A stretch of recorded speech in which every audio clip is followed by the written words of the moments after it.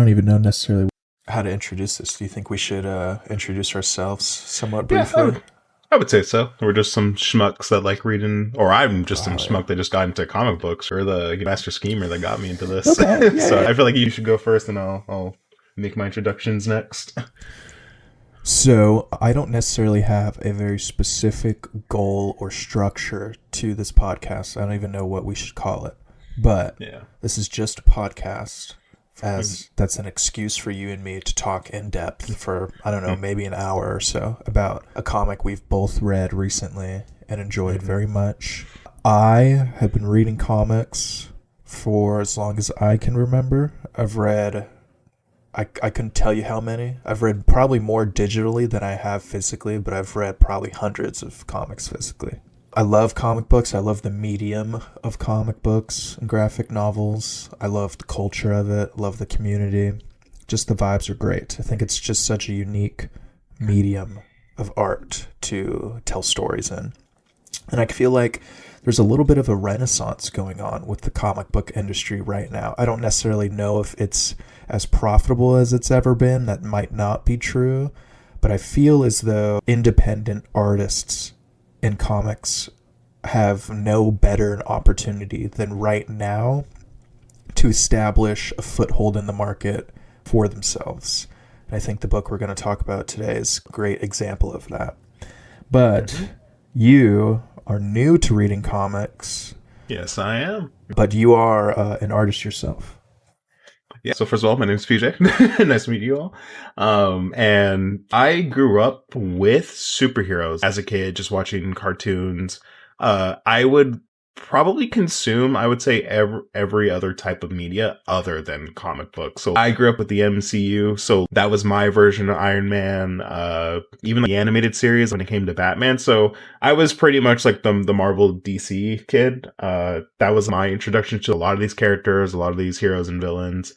And kind of what you pointed out recently, too, was this renaissance that's coming up with Absolute Batman that's been going on for the past, 2 years and a half now at this point? Sure, Absolute Batman has been a moment. So that's been getting my interest and just getting me into the door. Because I'm a big anime fan. I've been reading a lot more manga than watching anime these days, especially after being in and even after graduating college. I've just been reading a lot of that. But there's always been interest in the comic book sphere. And I know we've had this conversation multiple times of the reason why I prefer manga compared to something than starting something like Batman, which I'm a big fan of because I love the Arkham games.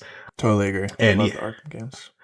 And there's technically an issue 1, but you don't really even start with that because there's so many reboots, so many different alterations of like the character where it's like, where do you start? But if you pick up something like Berserk, you just start at chapter 1.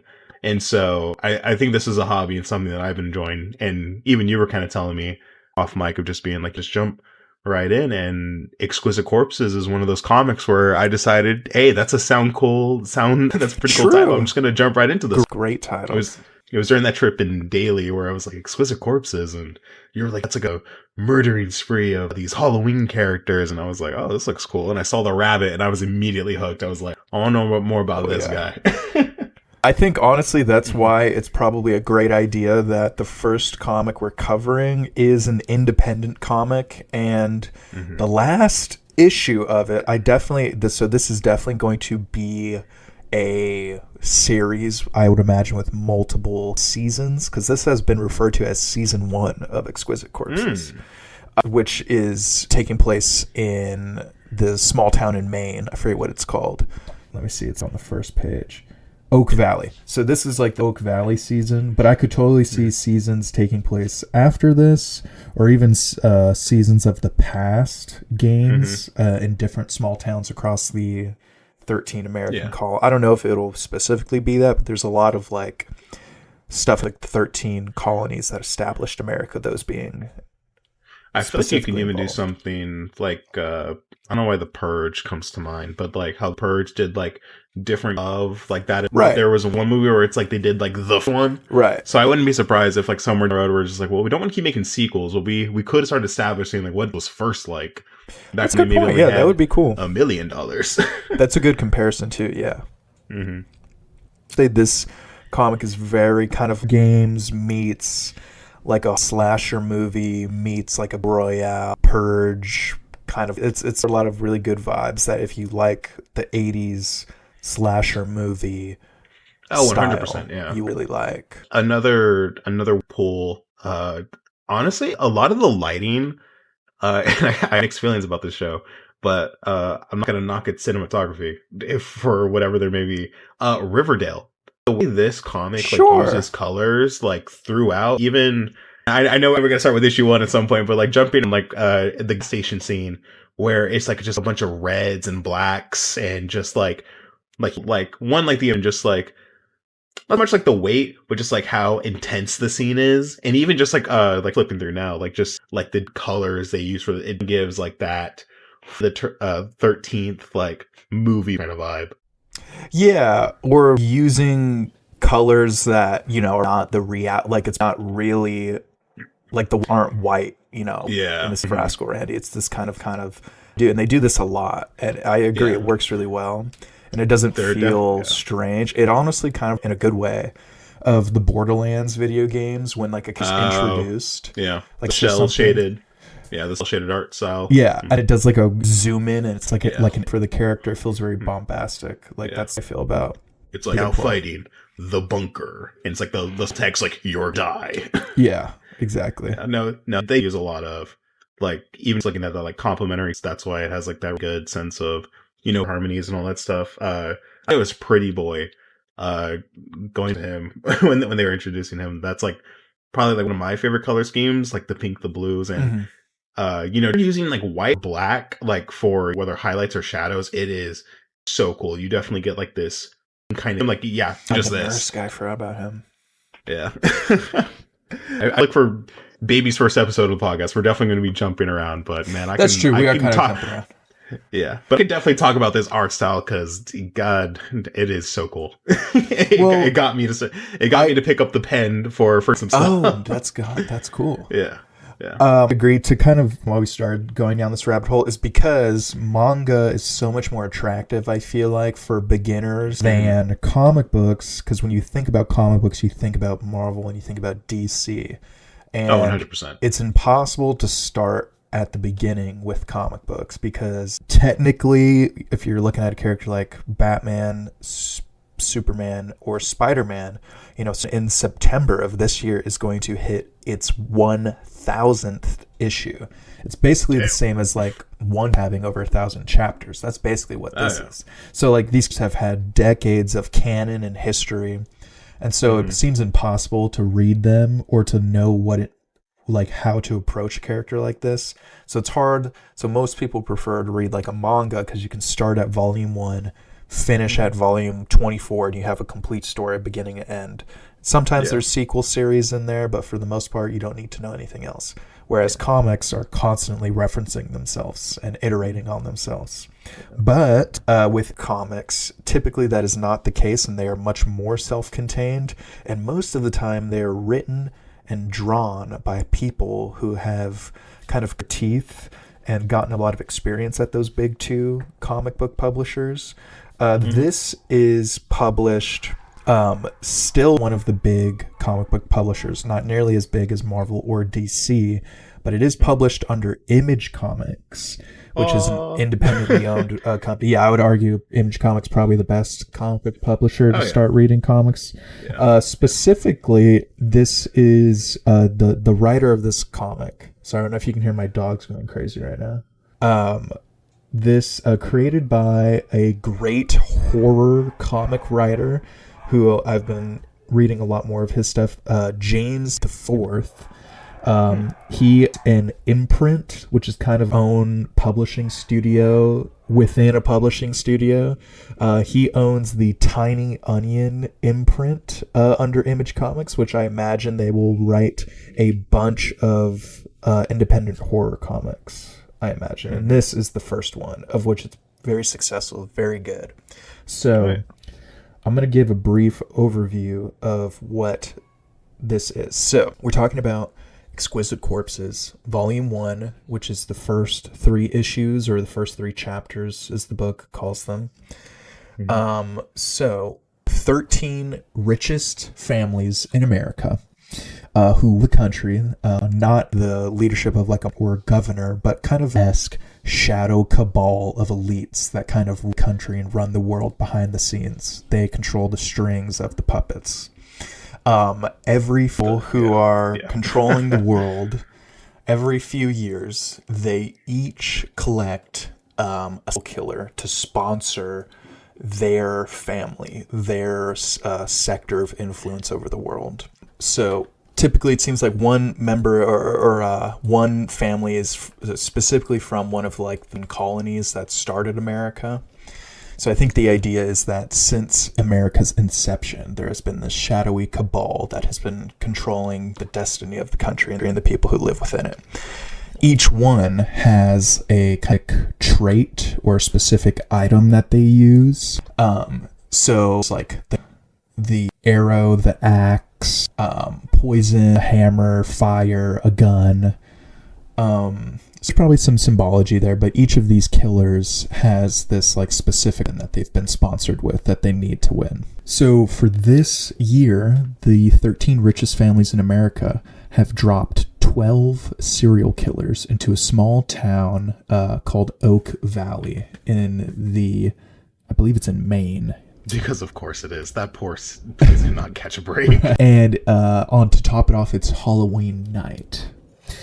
So the why there are only 12 serial killers, despite the fact there are 13 families, is that whoever the ruling family is, they do not sponsor a killer, but they do get to decide the small town on which these killers are released into. So because of their influence, they use things like drones, radio stations. They use kind of surveillance technology to lock the town down. They close the roadways. They make sure that no one can escape or enter. So it basically becomes this blackout zone where anything that happens, the world outside will not really understand what's going on. This allows them to set the town on fire, have armed kind of like without causing like a kind of scandal, essentially. Yeah. I know I said it earlier, but it's pretty much like creating like an purge. Right, yeah. Like they find some piece of shit, like rural town that no one cares about to like play and basically treat them as game pieces. Yeah, no, there is Collateral. When you were listing off like, it's like kind of movie, but their genre, and I'm still kind of trying to pin it where it's just like, it had all that, but it's just like the fact that civilians are like just so like what happened, and right. We'll dive into that in a bit, where it's just like to that like kind of if you're just like a regular person. Right. Yeah, that's the point. I mean, is kind of that lead us into the town of Oak Valley, and we're met with this kind of very typical of like hick who runs a gas station, who's kind of like very conspiracy theorist coded, and he's talking about how the government is trying to kill people and experiment on them, and we're just bugs on a windshield, and whatever they're driving, we're never going to know. Which I think is like it's somewhat ironic start, because he is correct, but the whole thing is in itself like a psyop conspiracy to distract people in a way. Yeah. He'll say like different things. 7 of them are right, but the other 3 are like so absurd. We're just like, and he's crazy. I forget. Yes. I think he's like called like he's the drug related or something like that. It's like the crystal. Yeah, they call him Meth Marty or like that. Yeah, that's what. So I think it's obviously not a secret. I quite comic book. I thought this was very good. I would say it has one of the best. Again, in the book they're called chapters, but it has the best first issue of a comic I've read in a very long time. It's kind of issues a little bit longer than most of the others as well. But it's a lot of setup, but it's just a very good first issue. Really quick, before we kind of get into it, I do want to say this has been a very successful series. As I mentioned, James Tynion IV is kind of creating this kind of independent comic. They are releasing a trading card game based off Exquisite Corpses. There has been a movie adaptation of Exquisite Corpses that has been sold and is now being put into development. Also, they have announced a series of mini-series coming out of Tiny Onion. First is Rascal, a mini-series about Rascal Randy. There's also going to be a mini-series about the Lone Gunman. and there will also be a miniseries about the Fox Mask Killer. Each of which, in my opinion, those are the three most interesting killers from the series. This is my first time hearing of this. I'm so glad because those three are my favorite characters. I totally agree. I'm like, dude, hell yeah. So I'll definitely clean those up. Shout out to Image in Tiny Onion. Curious that's super to cool. know. I didn't know it. I mean, you've told it's been like successful, but I didn't know it was reaching like, because I think you told me about the movie. I didn't know about like the whole trading card thing. That's pretty. So I would imagine what's going on right now, as I mentioned earlier, there's kind of a renaissance book industry right now, particularly with independent comics. And by independent, I'm mostly referring to comics outside of Marvel and DC. I suppose you could argue Image Comics is not exactly indie, but they definitely make up such a small percentage of the market compared to just Marvel or just DC. Definitely still outshined. But one of the successful comic book adaptations recently, Invincible, is an Image comic that was by Amazon. They also bought The Boys, which is another independent comic book. So like there's a lot of interest, I feel like, in the independent comic book space. And there's other less popular, tons of the comic book adaptations in recent years. Umbrella Academy is one that was pretty successful on Netflix, even though I didn't watch it. Oh, man, you're right. It is a fantastic show. Just don't watch that last season. Okay, fair enough. Yeah. All I know is I think the guy who was in My Chemical Romance wrote that comic. Yeah, Gerard Way. I read a couple issues. Really? Okay, nice. Yeah. Pretty sure Girls was like an adaptation. I don't know if that was good, but I know that the comic is very good and people love it. But James Tynion IV specifically wrote a horror comic for not even Image Comics, for Boom Studios, which is a comic book publisher that is, I would argue, mostly well known for their Power Ranger comic books, which are quite good.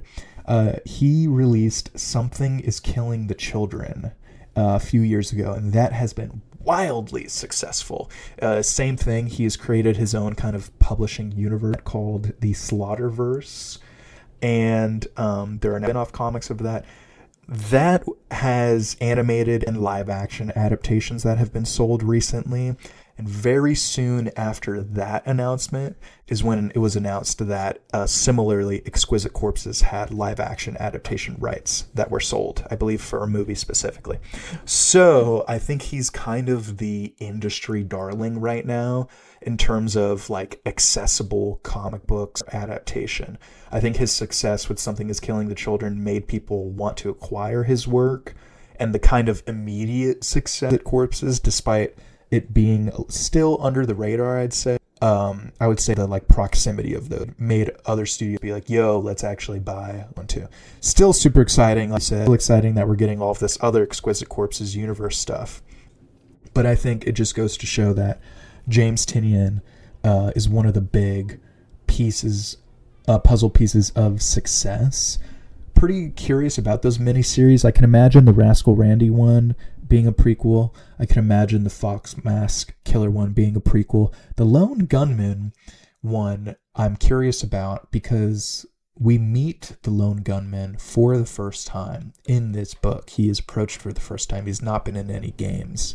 So I'm curious if the Lone Gunman is just what that family's killer is called, or if maybe we'll get some background context to what he was doing like in the military or something. Yeah. That's what I'm curious about. Or potentially, maybe the Lone Gunman mask falls upon another character in this story, and once the game is over, we see what happens with them as they continue to hold that mask, potentially. So let's finally kind of get into, we've basically chatted around this for a while. So we've broken it down. Every 5 years, the billionaire elites of 13 families play a game to see which one of them is going to get the privilege to control the country next by pitting 12 very distinct serial killers against one another. Whoever wins that family gets to control it, but they basically the world anyway. They're rich, they're influential, so there's tons of side bets going on of whose serial killer can kill the most innocent people, things like that. The game in and of itself is very corrupt, and there are multiple plots spinning at the same time within this kind of citywide purge that's going on. Before we do, like, issue 1, break that down.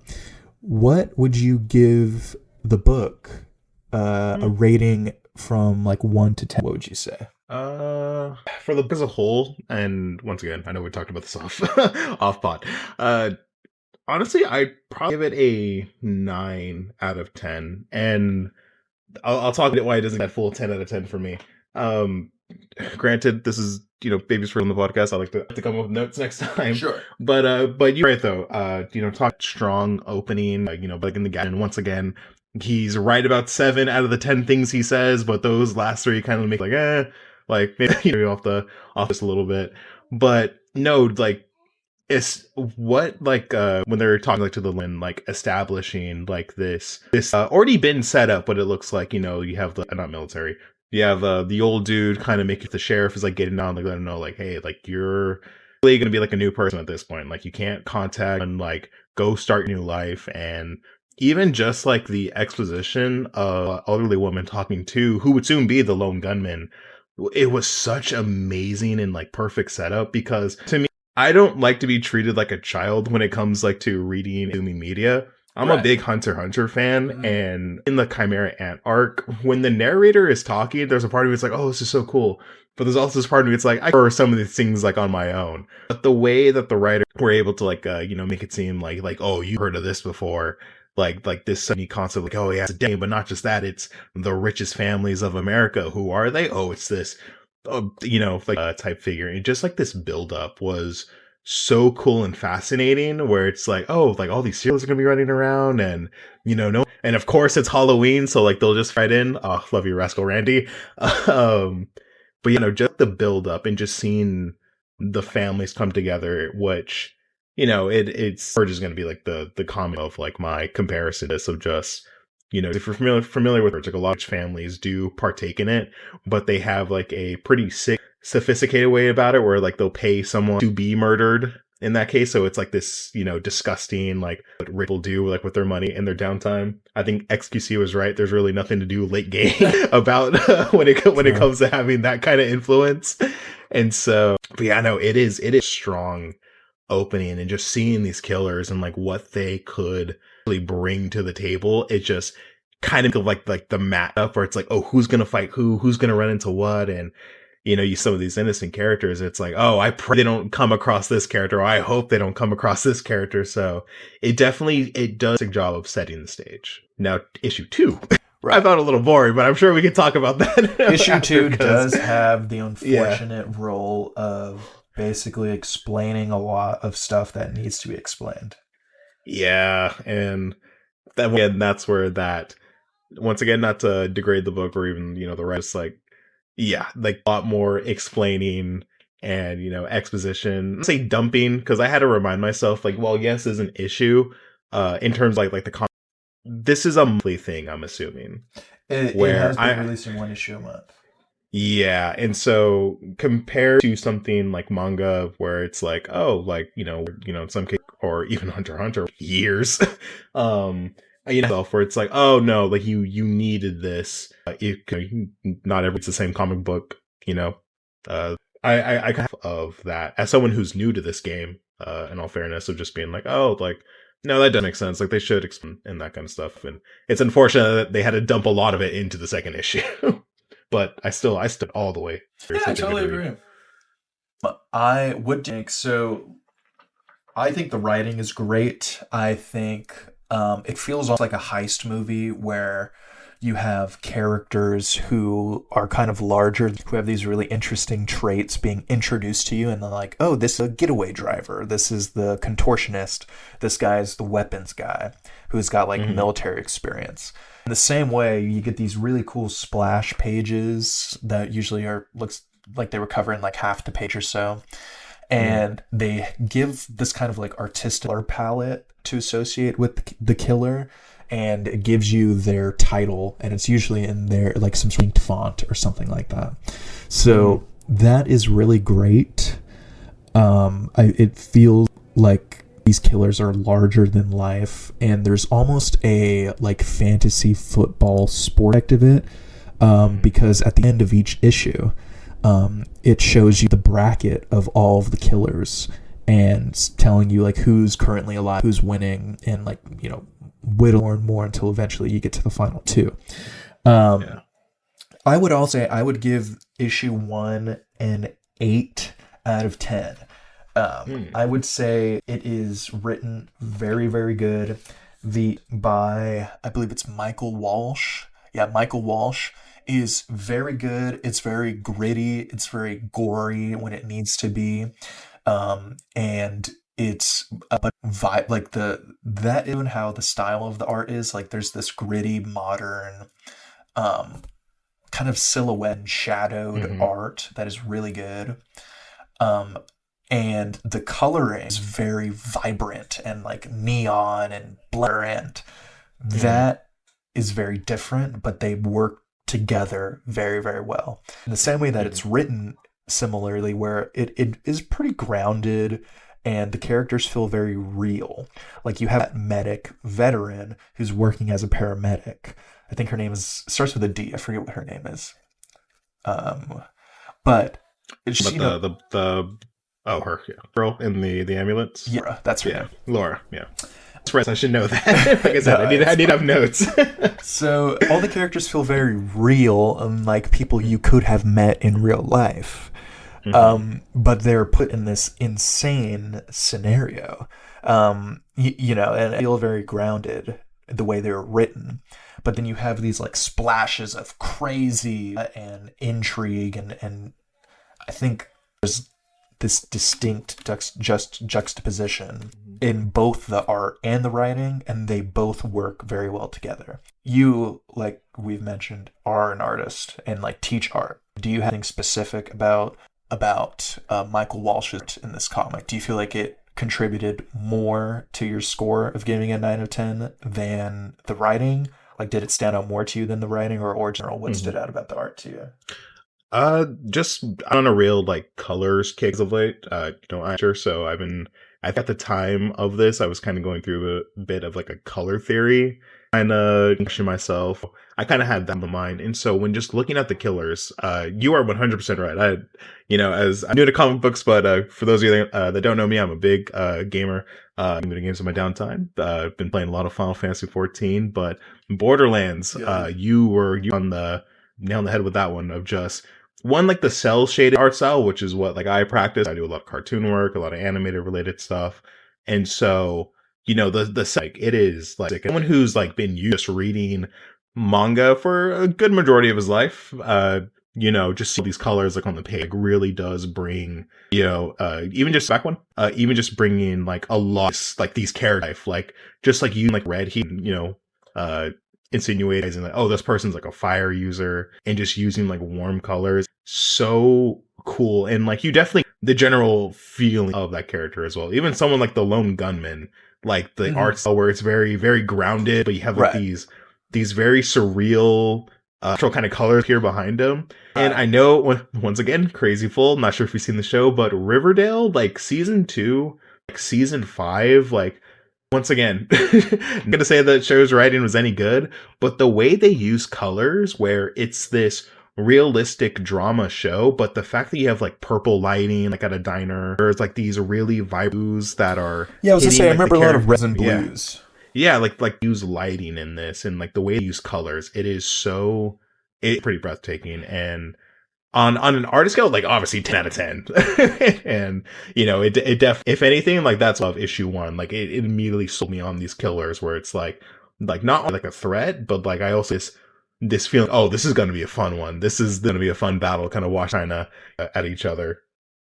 And there are some scenes too where when you see like the rich families, and even like in later issues, where without spoiling, getting too far ahead, where like the cameras, and you just have this red light hit the family, and like, but you see like their silhouette, you see like their smile, you see, and you get this feeling of danger for the guy hosting the party. And so it's just the way he uses like these really and just vibrant colors, where it's like, no, like this. And I dropped where it's like I just jumped into, and I was very pleasantly surprised, like just looking at the images, and just I'd have I really enjoyed the art. I think I would argue that the writing I enjoyed more than I enjoyed the art, but Mhm. I think the art is pretty outstanding, I would say. Mhm. It's pretty outstanding. Um, so we'll get into kind of what happened in the first issue. So like we said, game is afoot. We start with the town. This is a small town, Oak Valley in Maine. The town sheriff being over. Um, I don't actually know what's his character's name. I'm sure they The say sheriff or the shady dude. the bald guy gives the keys to. Yeah. I forget his name as well, but I do know he's like manager or the one manages the whole thing. Like he's like on boots on the ground kind of interesting stuff. Right. So there's like a game master who is kind of entertaining the thirds who are watching this via security cameras and dramas. This is essentially like a reality TV show for them. I believe he's called the Game Master, and I believe the bald guy is actually called the Custodian. I actually just remembered that. I believe that's what he's called. So the first issue is mostly dedicated to showing us the game starting. So the sheriff of small town gives the custodian this big kind of like key ring. Basically tells him how the town works, gives him the rundown of how to manipulate everyone, and give them access to any buildings they may need. And the town essentially starts to get shut down, like cell service, radio waves, and a giant kind of flaming ring around the city and slowly encroaching into the center. We learn, yeah, exactly. We learn a little bit of lore about each of the killers at this point. So each of the families arrives, the game master greets them, and we get kind of some backstory of the families meeting and propositioning their killers. So one of the first ones we meet is the lone gunman. And we see these kind of splash pages talked about. So the killers we have that I can kind of go through. One of them is called Recluse, who is the killer for Rhode Island, and they have the rope as their weapon. I think it's just Recluse, like the spider. Right, that's what I imagine. Yeah, Recluse. Recluse. Yeah, very. It's very like spider coated without at all being like Spider-Man. I feel. We don't really know about them in the first issue, but they basically are a serial killer that uses what I imagine are like razor wires or piano wire type thing. Cut people, either like ensnaring them or them walking into it, which is cool. North Carolina has the killer is a giant hammer. That's Leopold Strong. We don't know very much about this guy because, spoiler alert, he immediately dies. So we don't really know about him. He seemed kind of like a circus sort of strong man. Mm-hmm. So he's actually, we see, gets shot in the head by the lone gunman. Next killer is the killer from Z, whose weapon is the hands. This killer is Rascal Randy. I argue this is top 3 for sure for me. Top 3 killer, Rascal Randy. Oh yeah. Yeah, I was sold on his design. I'm a big horror fan in general, and one of my favorite, horror related titles and games, Silent Hill, and especially Silent Hill 2. But Silent Hill 3 has a character. It's not. I immediately want to say Rascal Randy, but it's like Robbie Rabbit, where it's like the same idea, but it's like this creepy ass looking like god that has like a blood stain on him. And look at Randy right now. That smile within his smile. Yeah, like, I agree. I think when we were in that issue, just seeing him on the cover and just being like, oh, it's a rabbit, and then oh, there's someone inside the suit. Oh, I love that design. And so yeah, no, I was immediately and there's kind of a like sprap like thing going on that works here too, which is cool. Right.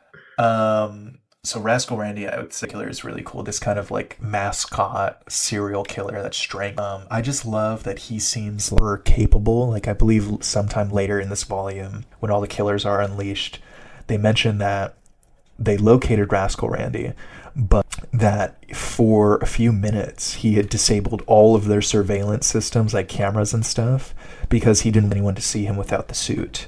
And I feel like there's like so many layers of subtext to that. Like one, he somehow figured out all ways they could surveil him and disabled them, which seems like something some dude in a mascot suit wouldn't be able to do. And two, he did it specifically because he didn't want people to see him without the suit. And he kind of mentions, like, I need my suit, kind of treats it as like a skin. Yeah. That is really interesting, really compelling for this, like, psycho dude. Yeah. Finishing through kind of another killer introduced to is the killer from New Hampshire who wields the knife. We don't get to learn much about this guy. This is the Congregation. This guy also dies really early on. Yeah. I don't know if it's in this issue or the next one. I think it's the next one. Is it? But he was on. Yeah, but he wasn't as interested in him. The design's cool. I get it. Like he wears like a suit full of skin that he's killed. Very cool. Very gritty.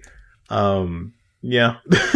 Yeah, one of those things. The idea is his skin, like a congregation assembled of the people he, I imagine, is probably the implication there. Because you can even see, like, on this character portion here, like, shoulder, like, that's clearly someone's face. Yeah. That's been stretched across his shirt. Even the face top of his, it's clearly, like, stitched on, almost like a very loose mask. Are you familiar with Resident Evil, Lisa, I believe? No. There's a character that's like this, where the victim's like skin or face, but it's like a girl. It's like a whole Resident Evil thing, and I definitely got that vibe from when reading this. I was like, oh, that's 9 layers of effed up right there. So I would say the next killer that they have, which is Nurse Pete, who is the Virginia colony killer who works with poison, is maybe the worst one.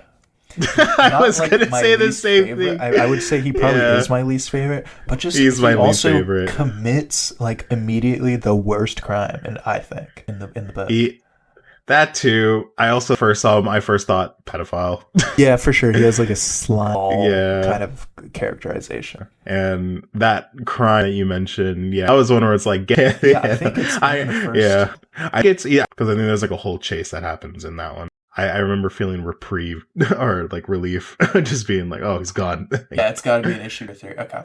Mm-hmm. So we continue to meet more killers, but and he doesn't have any Nurse P doesn't have anything specifically extravagant about his outfit or anything. He just looks like a nurse in scrubs, and he needs to be really capable and intelligent in terms of his like medical knowledge, so he can kind of mask it as like a nurse or something. Next one is the killer for Georgia, who uses the axe. This is the serial killer Pretty Boy, which we don't really get to know very much about him, but he seems on the surface kind of like the most normal person I think of the killers, but I feel like really deceptive. And a part of this like charismatic, handsome image of his that's like lure you in addition of that. Yeah. But he seems really cool. He kind of gives me like boxer vibes. He wields. He seems, I don't know, one of these people who has this like really deep, violent underside that they try to like keep in check almost, which is why like even in this art here, his clothes are all bloody. You know what I mean, so he like beat these people to death or something. It seems super violent. Mm-hmm. Yeah, even you definitely see him in it too, but you are right though. But it's one of those things you kind of have to remember, where it's like still a serial killer that was hand picked, and so it's like that. It is very, very deceptive, because if you away the blood hands, you can definitely imply that he's just sleeping with someone. But judging about the other people they introduce and what this game is all about, it's like, ooh. Yes. This item I found, so the killer from Connecticut, who is Gamer Kid plus Calvin, who is in my opinion like this, who I'm like this, I would probably put the Congregation and Nurse Pete below this guy, but this is definitely one of my least favorite killers. And he is also one of the worst killers in my opinion. He does like some of the crazy. He is, in terms of like the totem pole for like the worst. Not Pete. The nurse. Nurse is definitely the bottom. Yeah, no, I just like him for some of the actions that he does later on. I think his weapon's pretty cool, but I don't know. I think his intro is like, it's interesting, but I'm also kind of rolling my eyes at it. Where it's like, oh yeah, fun in this killing game. We've been training him since he was born. Yeah. So it's like, I don't know. But yeah, he's a mixed bag. Yeah, I feel you. I find the fact that their weapon the most interesting thing, because I feel like throughout different eras of America, that could mean multiple things. And I just feel like that's a very interesting item, is electricity. Yeah, because they could have easily turned that, and they might in one of these spin-offs that you mentioned of like, not saying I'm gonna walk around like with an electric chair, but like, you know, a taser or like that just does like absurd amount of electricity, Right. or like it fries the person or something like that. This kid just happens to use drones. Right. That don't shock people. All right. Right. Next, we see the killer gets introduced, who is wielding the weapon of fire. Very on brand. This killer is Layla Blaze, who is, in my opinion, she ended up being a much more interesting once I finished her entire story than I initially thought, or the entire story up to what I've read. She actually does seem kind of deep, or like in a way she has like, there's more interesting things about her, and she's like a pyromaniac who gets to lights on fire, and that sort of felt like they were going to go with the trope of like, oh, burn, burn, burn. Seeing her back with her coming up soon, no, it was one of those, it's like, oh, like you're still insane today, but it's also like, like you're not everything revolves around, if that makes sense. I totally agree. But character is a pyromaniac. And the next character is very similar. So this is the character she has like a close interaction with within the game. They're both very similar, but I would argue they're still both very distinct, which I think is a strength of the book. Is the killer from Maryland, Slater, who wields explosives. We get some kind of interesting backstory that he is like a terrorist, essentially, who bombs in various places. I would say was like a character. He was a character to know more of. I don't have a desire for that, but he was cool for what we got out of him, I think. If anything, if I remember correctly, just from certain panels, I remember him being like fairly like kind of handsome. I know that's what they do. Like I said, they play with shadows. It's just so intimidating. She's like fucking but to Slater, I know I like we got in screen time with him, and especially when certain actions unfold. Like I wasn't like, oh, that's pretty neat. I still think Pretty Boy kind of hits that quota of like the quote unquote killer character. But Slater was dope. I enjoyed what he brought to the table. I agree. Yeah, but I also wasn't like yearning. I also wasn't like yearning for like an explosion. I'd really be excited if they announced a Slater comic. And this is how I discovered a bomb. Right. We get our first kind of extended recruit scene of Ned's recruiting one of these killers. So we see the lone gunman being approached by the, let's see, what colony are they representing? Isn't it Massachusetts? You may be right. Did I pass it already? No, it's like at the very like near. Yeah. Okay. So we see the head of the Massachusetts family recruiting the lone gunman who uses the gun weapon, which I would argue is like overpowered. Yeah, I feel like that's super over. Perhaps this is like political commentary on their part, but like when this was established, I imagine the gun they were referring to was like a flintlock or some sort of musket. And they were like, well, this is pretty even though you probably instantly kill somebody. You'd have to reload it. It'd take a few minutes, guns or blah, blah, blah. But now, firearm that can kill so many people so efficiently that it just... I agree. It feels very overpowered for that to be the weapon that they get to for people. Isn't there so go her doesn't I was gonna say it's like the bow and arrow, but she uses like a crossbow, right? Which is also like a I'm sure at the time, the first time we did this I'm sure there were bows and arrows and that kind of stuff. Yeah, this person's got the dead in gold, or just in general, the idea of them using like a super like complicated, efficient compound is like modern technological masterpiece of a fun little rapid trail, but fun thing when I was reading this. They're introducing the killers. I think until like maybe the pyromaniac, where I realized, oh wait a minute, like where they're like, oh, representing the needle or the knife, like the killer was associated with that. So I remember going back a couple pages and being like, oh, like they have this weapon, they have this, and that's when he was like, we have the fire, so we got the pyromaniac. Just like, wait, are they all associated with this? And so that was the moment where I had to like reread a bit because I felt like I was going a little too fast. I see. I understand what you're saying. Mm. It's like, there are themes. It's not Right. just, we just picked up random strongman. It's like, we have the so we killer that. That's a good point. It shows that there's more consideration into killer you pick versus just like who's killed the most people. Yeah, Andy is just straight up hands. He seems to favor strangling people. But to your point, my goat. Exactly. To your point, we see the patron of Massachusetts approach the lone gunman because first of all, she is a compelling character in my opinion. I don't know if she's been named, but she is quite old, and I love a mean old woman character. I love that.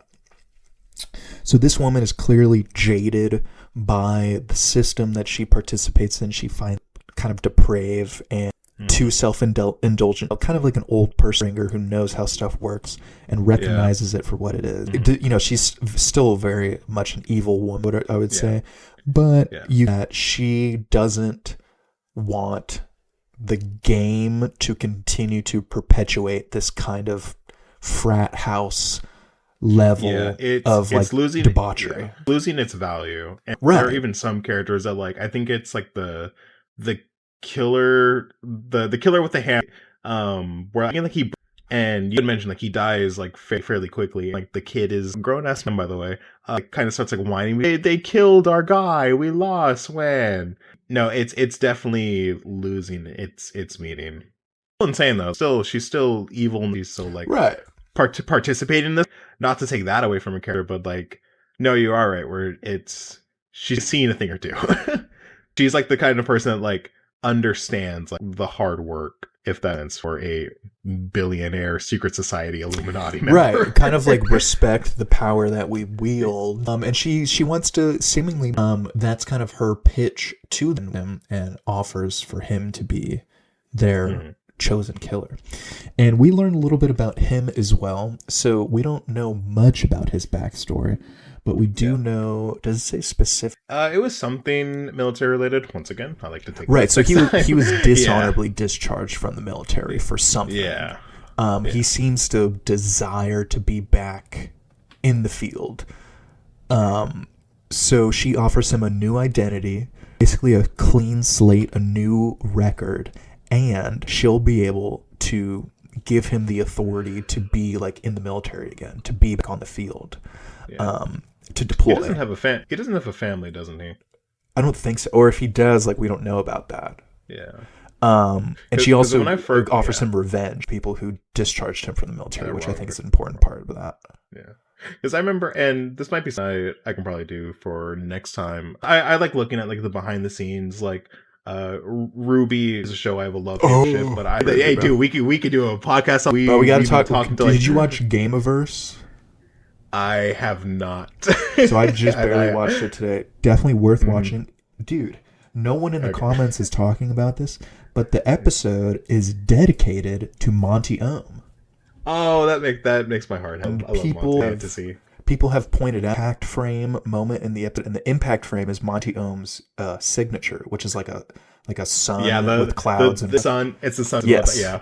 We're cool. I think potentially the Game Grumps Ross guy who did he work on? Oh, he is such a good animator. Or he like created the concept. I'm sure he did animation on it. I think he's been trying to do this for years. Anyway, he, I believe, voiced a character's Blue in the early seasons. So I'm wondering if they had like a working relationship as like the early year community, or if they were fans of each other. I would not be surprised. Grumps at the time, right. Boots, because they're like the Newgrounds animation guys, Ego Raptor and all that. Yeah. But going back to Ruby and just not just like Ruby, but like with like the history and like the character and like how did they come up with these ideas, because they're all based off fairy tales. So like Ruby, Red Riding Hood, and whatnot. And so the reason why I ask about like the whole family thing, because I remember reading this and being like, am I gonna get like a Punisher type character where it's like, family now I'm in the Marines, but I love the Marines more than like my family. And so that's why, and granted, it's, at the time of the podcast, probably been about like 2 months since I read issue 1, so a lot of the later chapters are a lot fresher in my head, so that's why I'm kind of asking more questions. Characters Maniac, where you're going to get this surface level, lone killer type energy of, I just do this for the love of the game. But no, he's one of those people that when you do see him, it's, oh, that's an interesting, kind of action to take thing. And even when he's fighting, which I'm sure we'll discuss episodes of this, of just like one of those characters has expected layers, whether doesn't matter how deep or how vast it is. It's like, oh, that's a really interesting take for this guy right here. I would have never expected that, and that's why I agree. I totally agree. He's one of the sting killers, and I'm glad that we've gotten more extended scenes with him and his kind of backstory. Another interest, I guess, this is an character, but they're not particularly my favorite, is the South Carolina killer, who their weapon is the arrow, and like we mentioned, they have this super cool looking crossbow. The reason I find this interesting is because the current patron of that family, who runs their sector of the world or the government, is a pair of twin sisters, and one of the sisters is the patron of the family who's watching game go down. The other twin sister is the killer, and they mentioned that she's trained from Earth in every weapon and every martial art, and she's a prodigy for the game. I find that a little interesting because I feel it adds a level of relatability, and it's a small drop in the bucket of interestingness and totally unrelatable evilness, because it's like, well, you know what? At least one of your own is in here.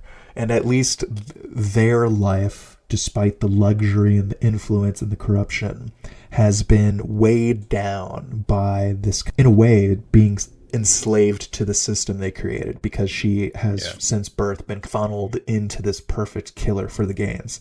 Now, I don't find her particularly interesting or compelling, and I don't find her sections of the book to be super interesting, particularly because she gets talked up a lot as this, and then she immediately loses her weapon, basically gets eliminated from the game, and despite not dying, and spends a majority of the comic being annoying and trying to figure out how to get another weapon so she can get back in the game. She immediately loses her 1v1. Not even just she lost, she's super lost. She got her ass kicked immediately and didn't even stand. I forget, it was at the car dealership where she was trying to find it, right? Yes.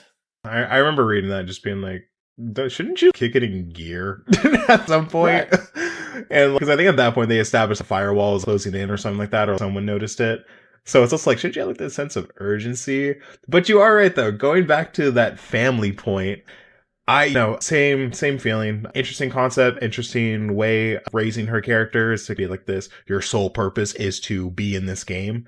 So even when you're thinking about the rich family member, the sister who's in the party area for the watch party, I don't know, maybe as a reader you can confer. I wonder if she's not as close. Although there are moments where she does kind of worry for her.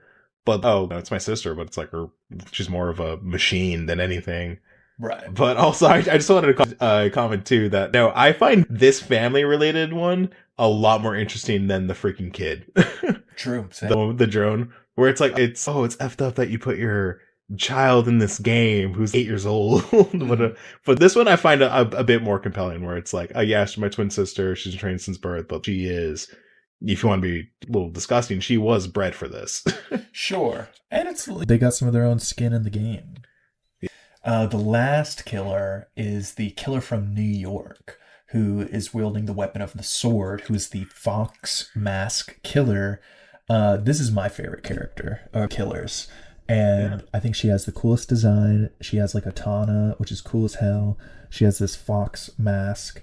She has the most interesting backstory that we've been kind of fed throughout, where she's been in the game multiple times. She's a really talented assassin. She has a daughter who we don't really know if she was killed or kidnapped by the 13 families.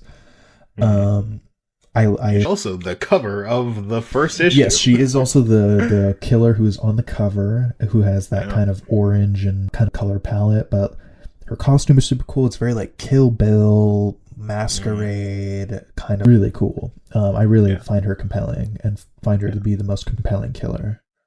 I am a sucker for anyone in a tuxedo of any way, shape, or form. I play Final Fantasy XIV, and I definitely have a glam set that is for my character to be like in a tuxedo, whether it's male or female.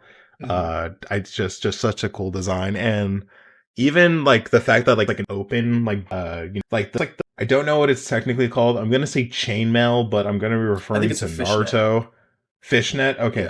Yeah. Like that, like open fishnet kind of reminds me of like a lot of Naruto characters have, which is a lot of like, but some of their undershirts are like that fishnet kind of idea. And so just seeing that, I was like, I don't know, it's just cool, appreciative of like the character design, which I love with this character especially. Yes. And I know you had mentioned that she's your favorite killer. And I know very early on we pointed out about the spin-offs and like getting of favorite killers of top 3, but like your top 3 killers in this, like whether they live or die so far, because I'm still on issue 1. So I would say my top 3 are the Lone Gunman, the Fox Mask Killer, and Rascal Randy. I think they're the most interesting. Is that going from like top to bottom or?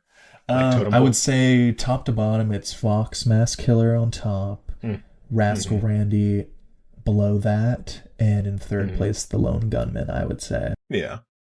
I would say Randy on top, just top 3, on top, in the middle, and Lone Gunman at the bottom. I'm not gonna lie though, really hope we get more screen time with, was it Pretty Boy? I want to see more what he can do, because at the end of issue 2, I was left being like, give me more of this guy.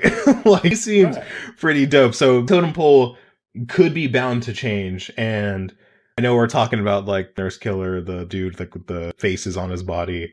I feel like not all of them are going to be winners, unfortunately. Well, ones that they knew were going to die in issues like one, but so much do you really want to care about putting it exactly. Like, I had to go. I was glad it was them. But like the strong like tier, like middle section of like Pyromaniac, Explosive Dude, just it's a strong like minus B+ tier if anything. It's just that these 3 are just very compelling.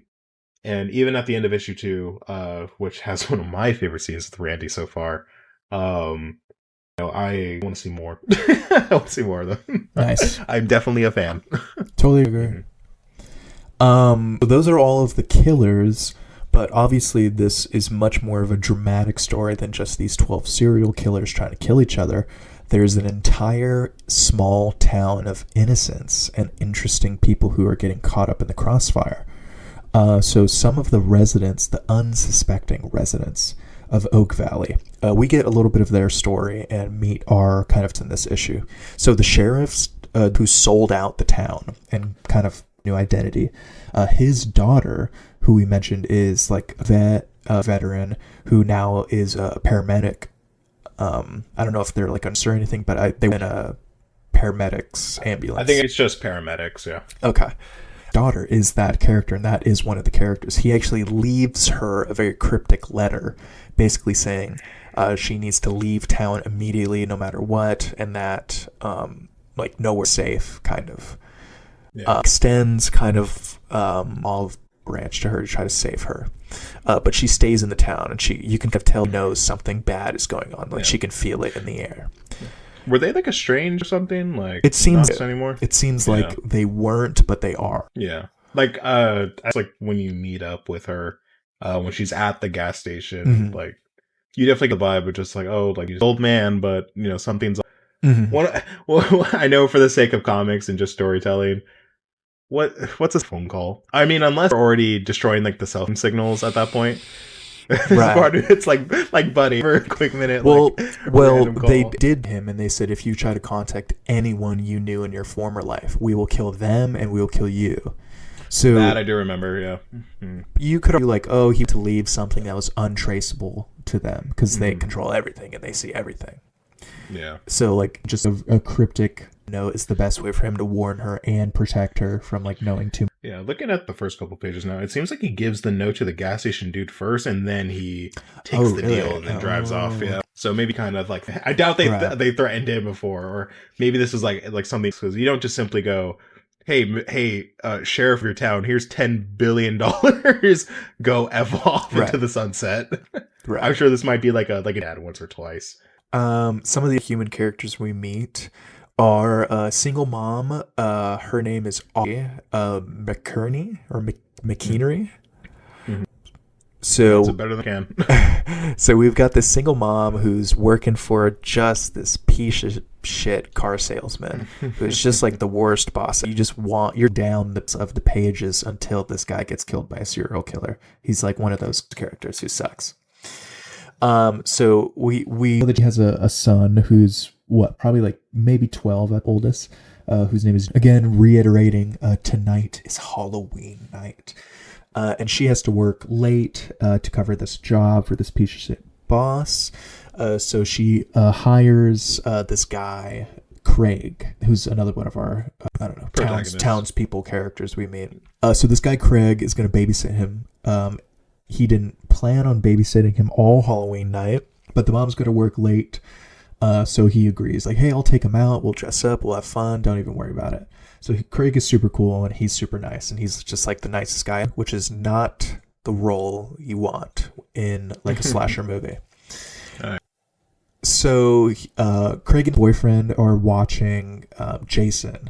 And they plan to just take him out trick-or-treating, but Craig's boyfriend really wants to go to this place that's been mentioned a couple of times in the comic, which is where people go to hang out and essentially light this giant bonfire pit. Kind of like parties and drink. This place, I think it's just called The Pit in the comic. Yeah, it is. Yeah. And that is kind of in the town anyway, where people will eventually get pushed by the ring of fire that's like kind of slowly in the town. So it kind of feels like they're trying for like mass casualties or opportunity for casualties.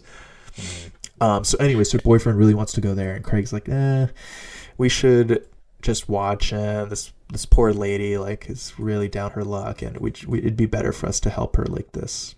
But anyway, we also get the gas station clerk, who we mentioned is kind of this like non-theorist, kind of riddled person. It's one of the other human characters we get, which is kind of a character I feel like we all know a guy kind of like this, or maybe a family member kind of like this. There's this kind of like vindication, being like, oh my god, the government really is trying to kill us, and we really are controlled by the shadow cabal of evil people. But I think, the character faults than he has like anything else in story. So he's another character who feels very real, like a kind of type of totally as someone who could exist. The most interesting about him is how kind of realistic he is. I don't think there's anything else that's particularly compelling about him. At least not, in my opinion, I didn't find anything really compelling about him.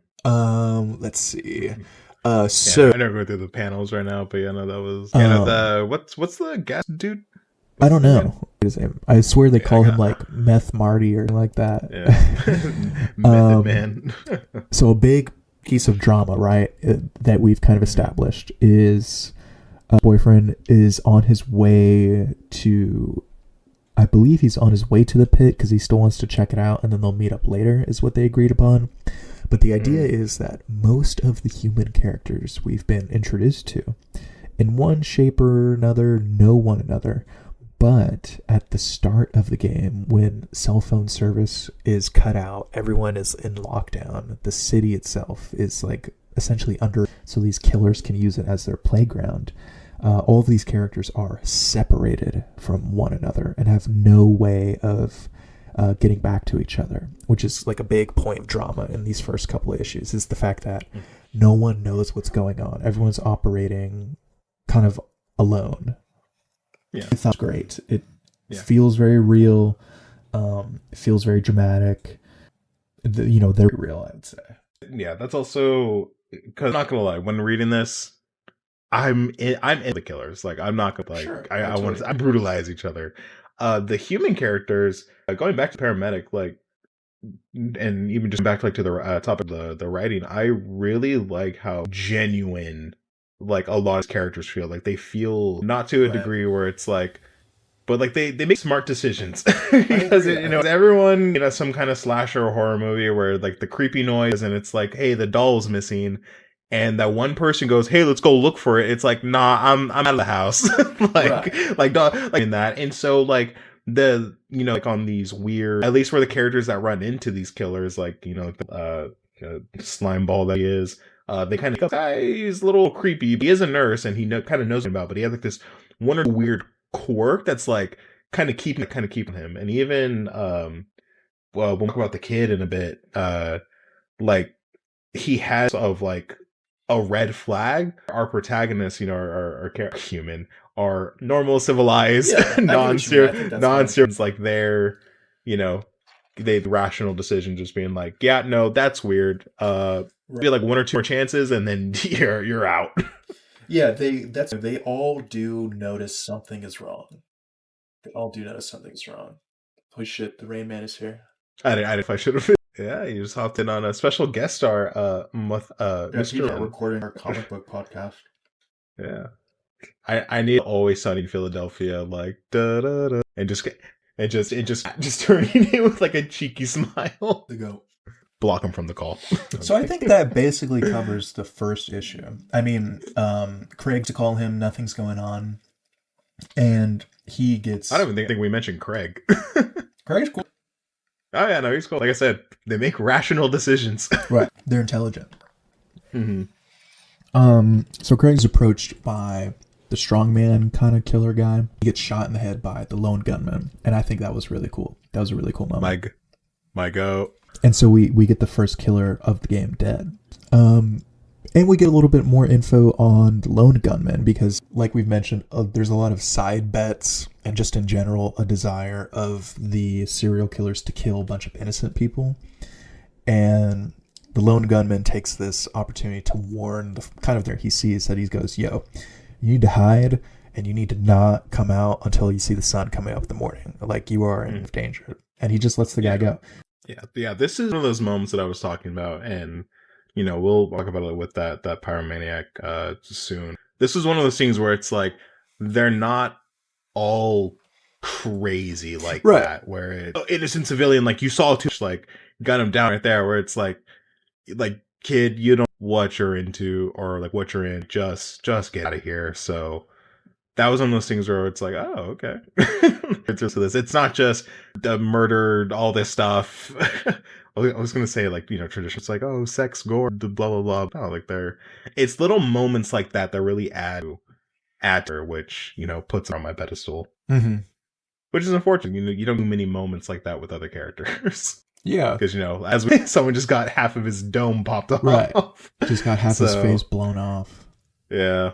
So I'm actually reading the letter that the sheriff guy addressed to Laura. So apparently this is not his daughter. So I think we're mistaken. I think that's his niece.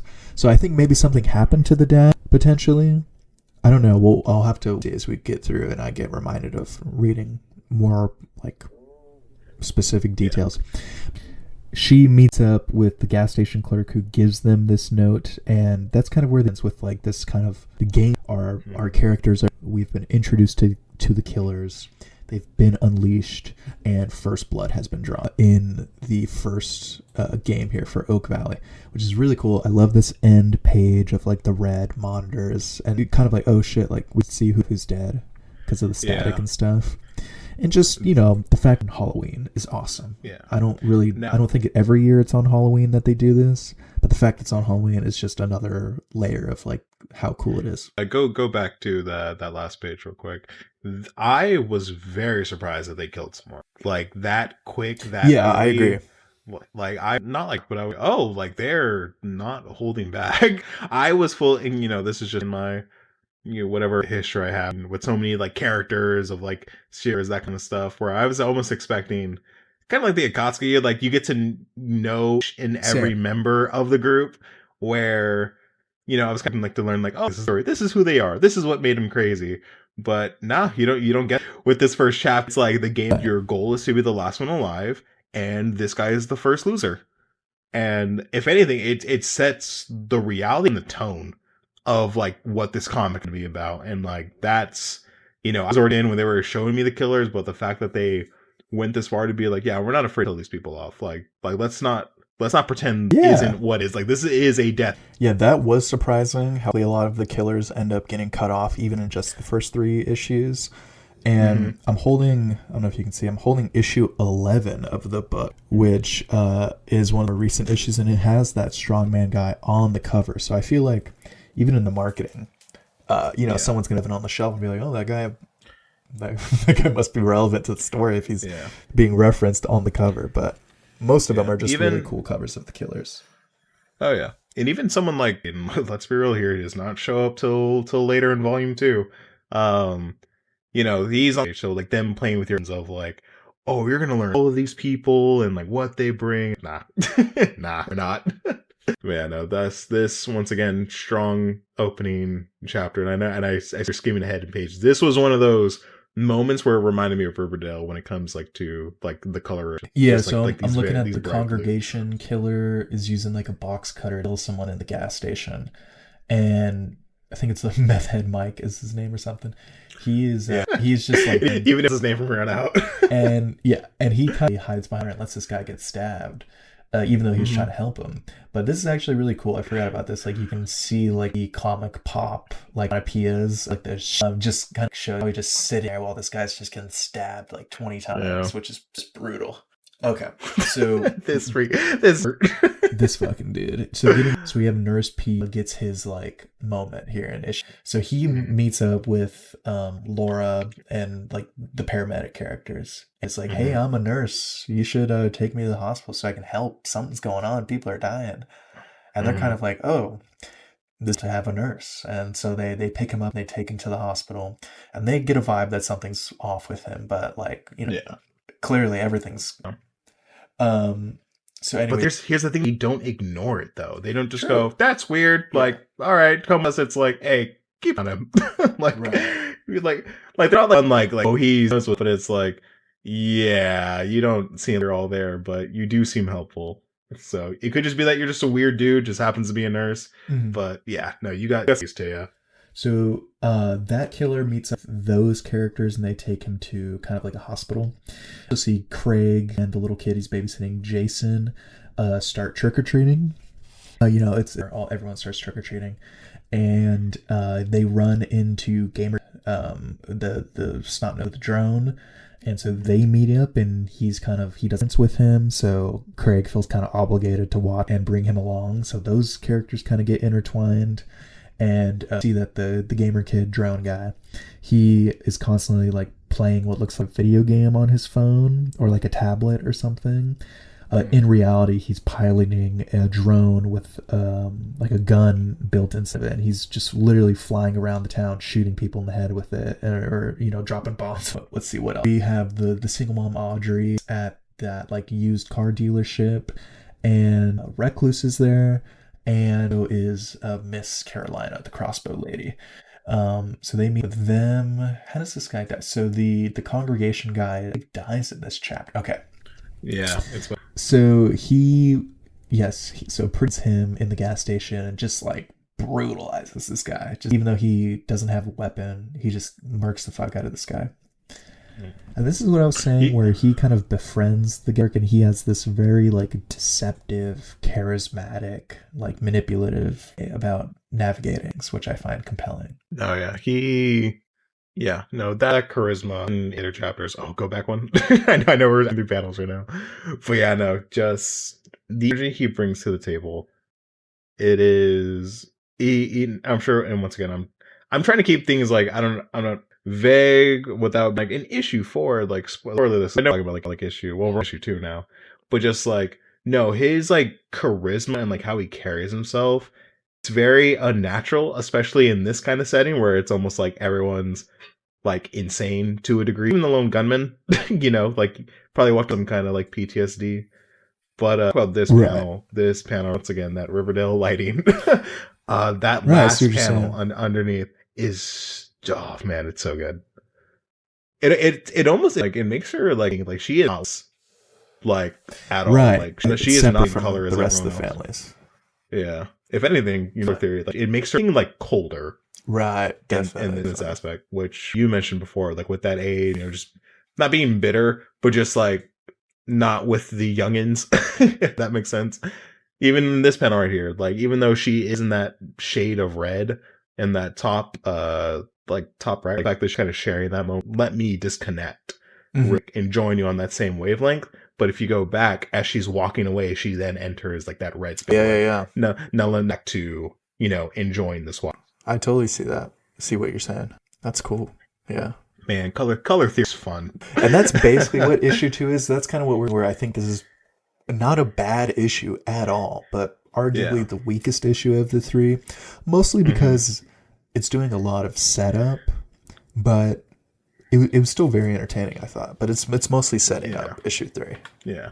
It's kind of, you are right where it is like that exposition, but by the end of 1, we are fully aware that like the pieces are now in play. It's just those first opening moves that chapter 2 kind of shows us. Well, yeah, it is interesting. We now see that the phones, like stuff is, you can't make phone calls, you can't make texts. So like stuff is, it's just that those first couple of moves are kind of boring.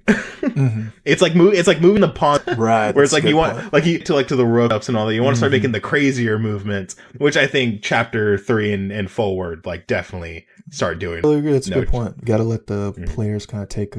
I love this page. So this page is like basically the game master talking to one of the family members of like Virginia, that representative family, and she's an older woman. She has this kind of like 1960s old, and she's having this conversation with him about hey, this would be like a celebration party, and we should. And the game master's like, oh, I agree. And she remarks that, oh, you're you shouldn't out of shape.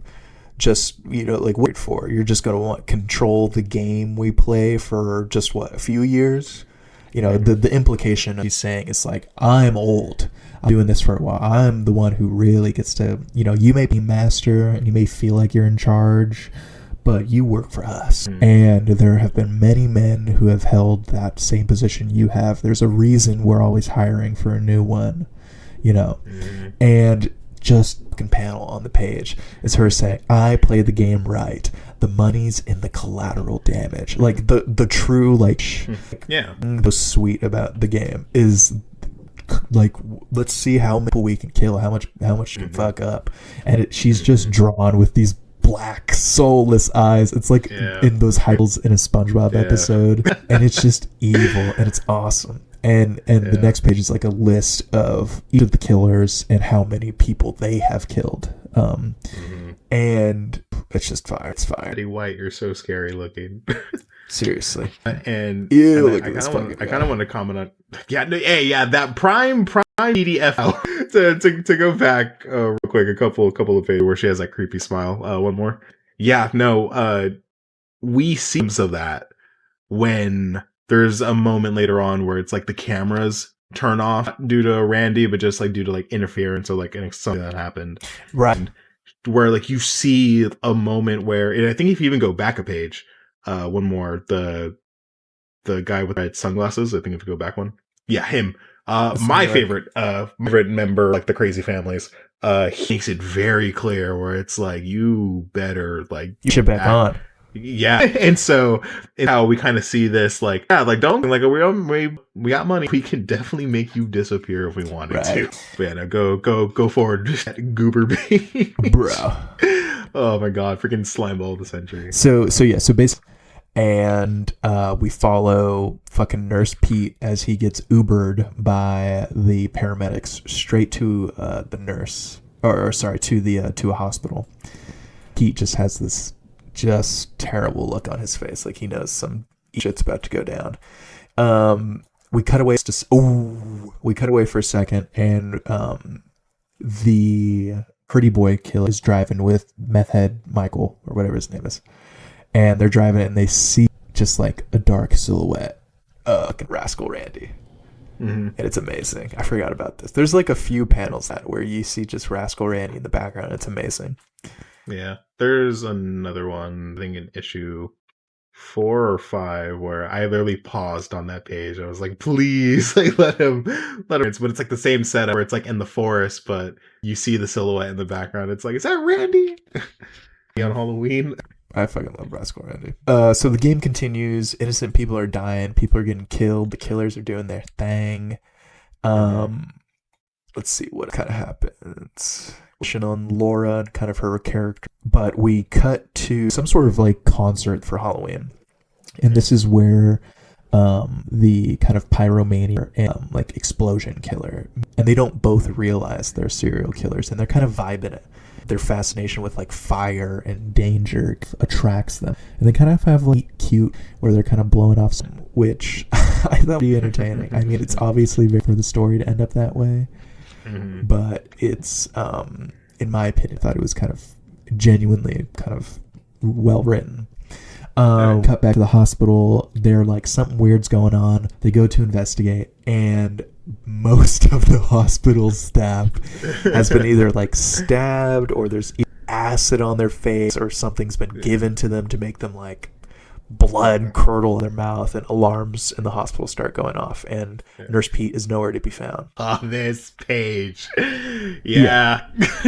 So probably the worst thing any of the killers do in the book so far is what Nurse Pete does. So we get like a panel or a page of Nurse Pete, and I imagine this is the NICU portion of a hospital. Yes. So he has like, a syringe of poison, and this hospital is on lockdown. The staff has been killed. They can't find him, and all these newborn crying babies, and he's just standing there alone, smiling, like filling this syringe full of poison. Just a super dark, super terrible plot point. I don't think they ever showed us what happens in there, but yeah, no. Obviously just murders all those babies.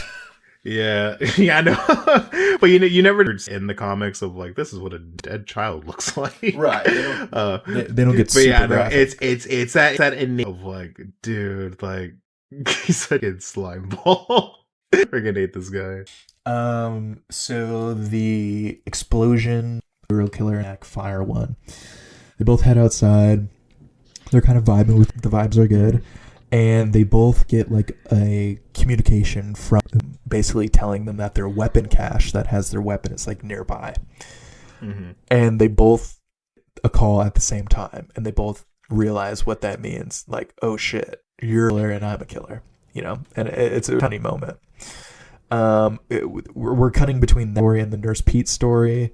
Nurse Pete has basically killed everyone. Laura and the other paramedic guy go to confront him. He kind of lies at them or something, and then goes to attack them. So I forget her partner paramedic. Anyway, he squirts what seems to be like this crazy acid in his face and like starts melting his face. And he goes to kill Laura and stab her, but the dude, her partner, fucking clutches up and stabs Pete with one of his syringes that has, God knows. Have you seen the movie? Like, it's the Brad one, but it's like Train to Busan. Yes, like the movie's fine. Yeah, yeah. Like, you know what scene I'm talking about. Wait. Bullet Train. Train to Busan. Train to Busan is the South Korean zombie. Oh, man, but then I was like, well, if you're talking about the Brad Pitt zombie movie, that's World War Z. I was talking about the. Man, that sounds like the biggest rapper in existence right now. The Venom. And like he had like with that one assassin, I think it's like Boonsling Venom. Yes, yeah. He ends up stabbing the killer with her own poison and takes her antidote. There is no antidote here. So we see back in Domino. Yeah, her name's Zazie or Zaza, something like that. Yeah, that is like interesting first name. I love her. She's great. I love her in Atlanta, and she's great as Domino. I wish they'd bring her back. So that creepy lady killer talks about that her chosen killer, who is Nurse Pete, just racked up like double-digit kills. So I feel like that kind of confirms all the killed all. So she's like, back the champagne, like my lunch, or like I'm so far ahead immediately now, and then gets revealed he's dead. So we lose another serial killer. I don't actually know why she's so worried here, because it's not like it's her killing. It's just like, oh my god, so many of the participants have been murdered. My sister doesn't even have her weapon yet. Yeah. I was thinking about that too, because I was kind of just getting while we were talking, and yeah, why does she? I don't know. Right. Good point. Yeah. Actually, that's what I was bringing up. Where it's like, why are you disgusted? Maybe so it's like prim and proper. She's used to the brutal reality of it. Yeah. By the way, Emma Frost wants her haircut back. Love a fierce blonde shark. She is giving Emma Frost vibes. That's issue 3. Anything else in particular you want to mention about like the plot of first 3 issues or the third one in general? So the killers who have died though are Leopold Strong, the hammer, the congregation who had the knife, who was like the guy who was skin, Nurse Pete, who died by his own syringe. And Rip Bozo. Right. And some of the killers have already started killing people and have started killing each other, but otherwise the rest are alive. Yeah. Oh, dude, this is my page spread. Right this is really cool. Yeah. Yeah. All their color icons. So good. Yeah. Like I said, at the end of issue 1, just very surprised, came out the gate like swinging of like, yeah, name the gate. I like how like the fur looks wet. Yeah. A mouth. But yeah, I just the comic like comes out, starts being like hey, like inside a little clip here, but it's like hey, like this is you're in it, like the game started. Yeah, it reminds me. Like I'm gonna reference the movie Incredibles so much when we talk about stuff because I just love the movie Incredibles. I think it's such a great movie. I have been referencing the lighting from Riverdale. True. Like you're more reference whatever you got. Much less ball knowledge. The scene where Elastigirl is talking to Violet and Dash because they crash landed on Syndrome's island and they're in a cave with a campfire because they washed up on shore and survived. She goes, do you guys remember those like cartoons with like the superheroes and the villains? And they're like, this is kind of like that, but are evil. Like they will not show it because you are children. They will kill you if you give them the chance. And I remember that having like a really big impact on me when I was a kid. Because even as a kid, I like the way that they delivered the line was very good and for a kid to understand it. And it like immediately clarifies the stakes of like the movie. Because it's a kid's movie. But it's kind of like they're telling the audience like, no, like people will to kill these kids. They are evil. And I just feel like it drove the situation. And that's kind of to what you were saying. That's kind of how I felt these first few issues because, yeah, like people just got, or like strangled or stabbed. Yeah. It's like, like weavers are very real. So they have these very real reactions. And it's like, oh shit, like you're saying, like this is real. Like, people are fucking, and like this, and even meth head Mike, they pretty him, drives him, and they find he's basically trying to identify the perimeter of the boundary, and they see government black ops kind of militants with our backpacks setting on fire to enclosed into this small town. And he's like, holy shit, it's real! Like the government's really trying to kill us. Like they don't go, they're like a shadow government. It's like why did it gives me that believe same me? feeling of that incredible scene of like, oh shit, like. There's that we can definitely talk about next issue. Just talking about like more of like human reaction because I feel like that's where in the following issues we get a lot more like townsfolk like moments, listening to the madness and understanding like like something dangerous is going up here.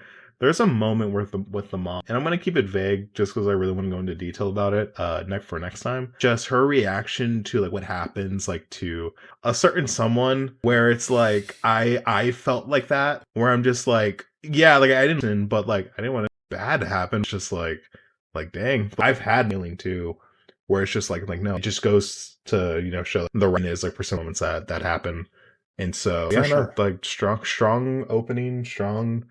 Vision for it definitely left me pre-ordering the second volume like once I finished. I agree. I think like I said, it has a banger issue too.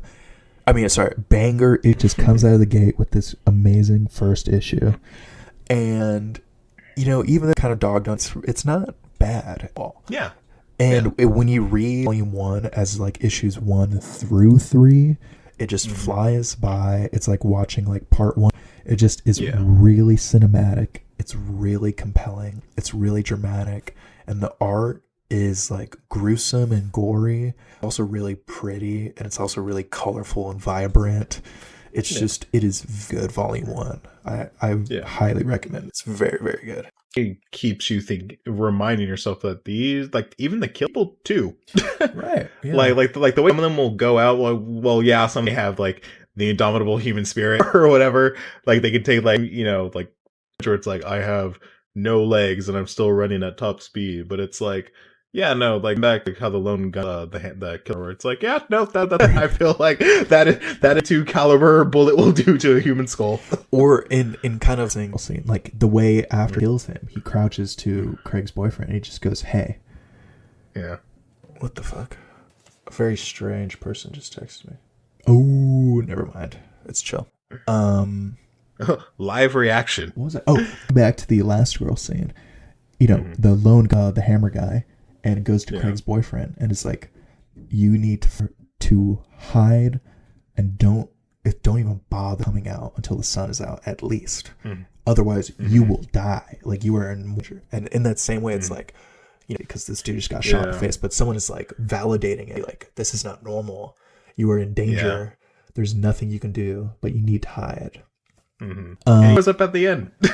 Like when he throws up because he's now, once again, real reaction. Another really cool thing about the lone gunman killer specifically that I just remembered that I find really interesting for prequel and kind of sequel potential is Family Head mentions that if you want to work for our family, it's a little silly, but it's tradition. Every killer since the first game for my family has worn this mask. I find that very interesting, that it's this kind of like ancient American, and that if we saw the first game as like, you know, that the killer would wear this mask, like no matter which one we watch, unless something happens to the mask, and the games after this one are changed. The idea that you go, oh, that's, I think they're Massachusetts, I think it was. Yeah. Like, oh, that's the Massachusetts killer. They're wearing the gold mask. Like, I think that's a really interesting piece of continuity that they established, which I thought was really interesting. I would, an additional detail, I mean, it's sold the way it is, but to kind of show some history mask, if they had like added cracks to it, maybe it's not like fully completed too. I agree. Where it's I like, think oh, the fact that it is so shiny and looks new is kind of interesting in a way. Yeah. But I kind of like, hey, like we do wear masks, but this is not like the first mask, if that makes sense. Like Ship of Thieves type of stuff, where it's like we straight face looking masks. This is just the newest iteration of it that we made for you. Right. But I wonder, like going back to the idea of like the first ever game of this, where it's like, oh, where's Massachusetts? And like you have montage scene, he's already killed like a few killers, and then like comic panel camera, and you see this person wearing maybe like a wooden or like a steel related mask that looks oddly similar, where it's like, oh, that's Massachusetts or something like that, just to get that's why I like that. Yeah. Or even if it was just like a simple theater mask, you know, because that's kind of what it looks like anyways. Yeah, because we've even commented like on the weapon as well, where it's like, you know, like the bow could have just been like a flintlock or something, and like the bow was just like a regular bow and arrow. So I wonder if this is just like that natural evolution, because I'm really curious to see what explosives were for like the just freaking cannonball or something. It's that like shadow cabal of elites, kind of like the masquerade party thing. It kind of invokes some of that energy as well. Like, you know, it's like, oh, this ritualistic that we've worn since the country was founded, and we're like a secret kind of black ops force. It's the, you know, give that kind of mystical energy to it, which I find interesting. Yeah. But and go first. Yeah, I was gonna say something that jumps ahead multiple issues, because for those unaware, I am reading these not like Tyson here, like, you know, I wait volumes to come out. Once again, I'm very new to the comic book game, so I've been in a lot of other stuff like the Sonic IDW.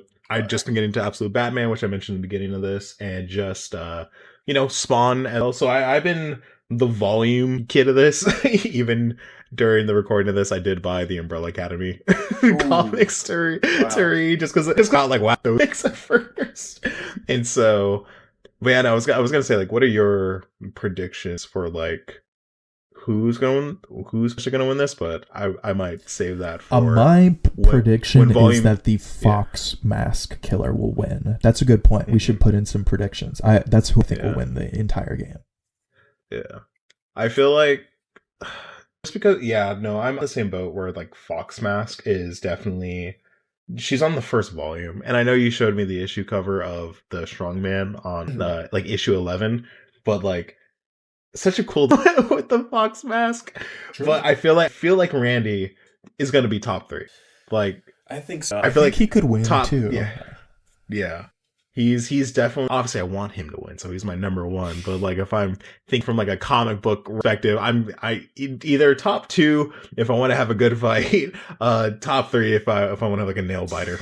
I see. So like you would like Randy to win. He's kind of your favorite, but if you were betting on it, you would bet on the Fox Mask Killer as well. Yeah.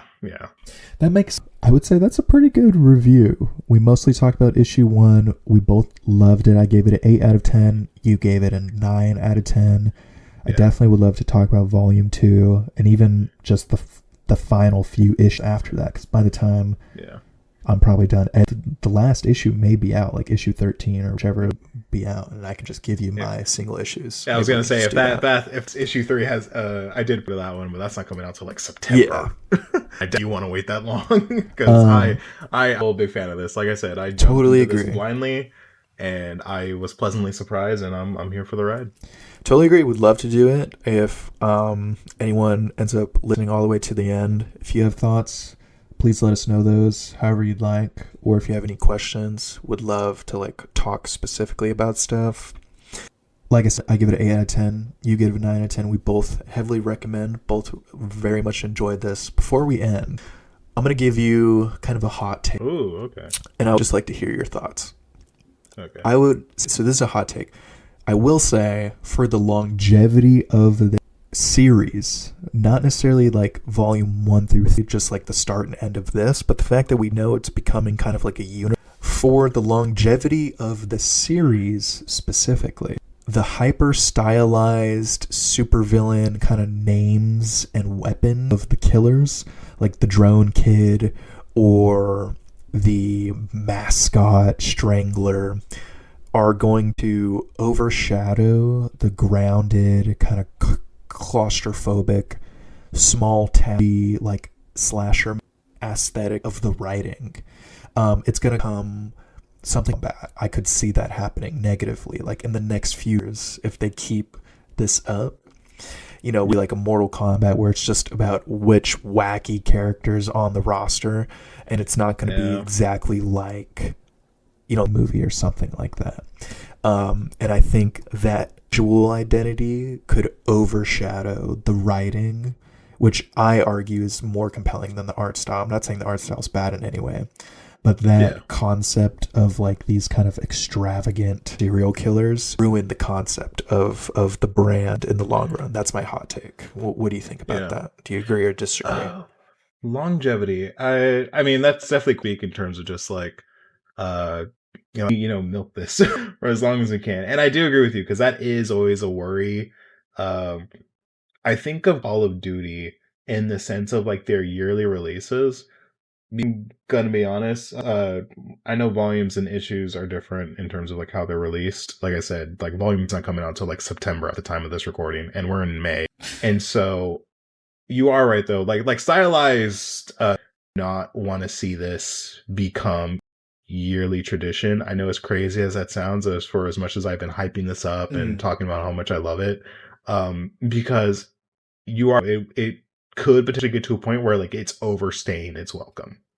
Yeah, like I'm the Venom killer, and I'm the poison character for this year, and I wear a Cobra bodysuit, and I use snakes as weapons and venom, and it's like, bro, I think bring up the past a lot, even during this podcast and even during like other conversations related to this comic, of just like, I want to see what the first game is like because they've established that like this is happening for like years and years. And so I think it would be cool to kind of have like do like a rule of 3 where you have 3 different not timelines, but like 3 different time where you have this game where we're introduced, we learn all these crazy things that, oh, this has been happening for generations. You make a, sequel or make the prequel first, doesn't really matter. But if you want to make the sequel, kind of show next batch of crazy killers. You show us the winner, you show how it's affected them. I don't know how you would do this from a writing standpoint of like, we're gonna aims like after 1,000 years or so. Right. So maybe doing something like with the sequel. But, or even just pivotal points. What did the game look like during, like, I don't know, this year, like World War II, Yeah, that they like the past, because I'm thinking again, like the first game, like right, like during the Civil War, what did it look like during even controversial times like Vietnam, historical moments like the 9/11 terrorists, the bomb killer. I feel like oh no, because I feel like a lot of indie comics like they pull from real stuff from what I've noticed. Well, New York is probably states, right? Yeah, if that's one of the colony states. Yeah, no, exactly. It's so just having like these pivotal moments, and I feel like would be incredibly interesting. The problem is, and I think you even kind of touched on this earlier, having these zany, wacky killers. I like once again, it does get to that point of just like, but what about Rascal Randy? Oh, it's the first one if you want to read that one, or just. Yeah, so I can see issues out. They'll do the Call of Duty route of being like, oh, every Halloween we're gonna have another 13 issues of this. I agree. And so, but I think where it's at now, I think it's at a healthy point where you said early on where it has a trading card, it has a movie license that was just bought. So I think so for right now, I'm still excited. But yeah, no, there's always that corporate speed, just like how can we milk this for money. Sure. And so, but yeah, I think it's definitely a lot of different roads, different aspects this can take, and yeah, as long as the writing's good, and I mean, as an artist, I'm gonna love the art regardless. But as long as the writing, things are compelling, I'm. All right, I got a last question before we wrap up. If you had to survive Halloween night in Oak Valley, which of the 12 killers would you be most terrified to run into? And which one do you think you could survive encountering? Oh, okay. So I'm just a normal civilian. You're like Craig. Regular Joe Schmo. Okay. Killer I would probably be afraid of. I mean, the answer is all of them. But I think in terms of just like, oh man, like just my freaking, oh man, that's so hard. They're all ugly. Honestly, I would say Randy. That's a good answer. Most afraid of. Didn't even need to be that. That shit would be so terrifying. It would be. Yes. It like the mascot killer. Like I personally do not like being, and I feel like Randy would like chase me down to like the ends of the earth if I saw him out of his suit. If anything, that'd probably get him to kill me. If I saw him like zipping up and it'd be, oh, what's that? He'd be like, you saw me out of my suit. Right. Like and he'd that extra kill you. Yeah, yeah. So I think just running at me full speed would terrify like the absolute. I agree. I think that now that I think he would be the one I'd be like just in the dead of night. It's like on Halloween. I'd say either that or I feel like Crossbow Lady. Like as long as it's the ones like maybe box cutter dude. I don't know. He'd be scary. He'd be like so scary it wouldn't be scary. Yeah. Like he's someone I feel like I think I think that would be the next part of the question of the freaking slime ball. Nurse Pete. Like I'm booking it. Like a Nurse Pete encounter. Yeah, like as long as you don't range of him, and as long as he doesn't have like a good arm for like throwing acid needles at you, like I'm chilling. I feel like there's also a chance I survive a lone gunman encounter, because if he's just not trying to like shoot a bunch of people, I think you could just hide for a second, and then he would leave the area. Yeah, I'm thinking more just like if I run into. That's why I say like I feel like Randy would, because like, oh, my luck. And trust me, you know what's happened recently in events in my life of just like like that. I feel like that would catch me off guard. But yeah, no, in like a do or die situation, I feel like I can outlive Pete. I'm not a hero. I'm not trying to be like I'll stop the game. No. Yeah, that's how you get killed. Well, our review and kind of discussion on Exquisite Corpses, Volume 1. if you made it this far, give us some feedback. It's our first time doing this. We'll probably do a few more of these, see how it goes. Thank you for listening, and we appreciate you. Any closing thoughts? Nah, once again, really good read. I recommend it. And as someone who's getting into comic books, no, this was a fun ride. Something to read Halloween season, not not in the middle of the spring. Yeah, no. And if it does, when the adaptation does, I'm gonna be super excited. Oh yeah, I can finally be one of those people that's like, actually in the comics, the killer fox mask, the main blue. To know what it's like to be me, bro. To be like, I'm pretty sure I know what's happening in this movie. Yeah. I hate this movie because the lone gunmen have 2 guns. Right. So yeah. Yeah, no, I'm excited. I'm very happy. I'm very excited. Sweet. And this is fun too. I know we had been to do this for a while with Batman, but just due to my life and schedule and related stuff, this is I agree. I think definitely we'll one of these for Absolute Batman. I feel like I'm gonna have to get some notes and some research for that, because that'll be a big. And dude, somewhere road, we gotta be podcast. I would love to do. I would love to do that. Totally, we can do that. Mm-hmm. We gotta go through each volume now so far. Yeah, and then you wrestle in anger here from like volume 5 and onward. 3, just downhill. Yeah. Well, like I said, if anyone's this far, thank you very much for listening. Hopefully there'll be another one of these you can listen to. We'll see. Mm-hmm. Peace and love.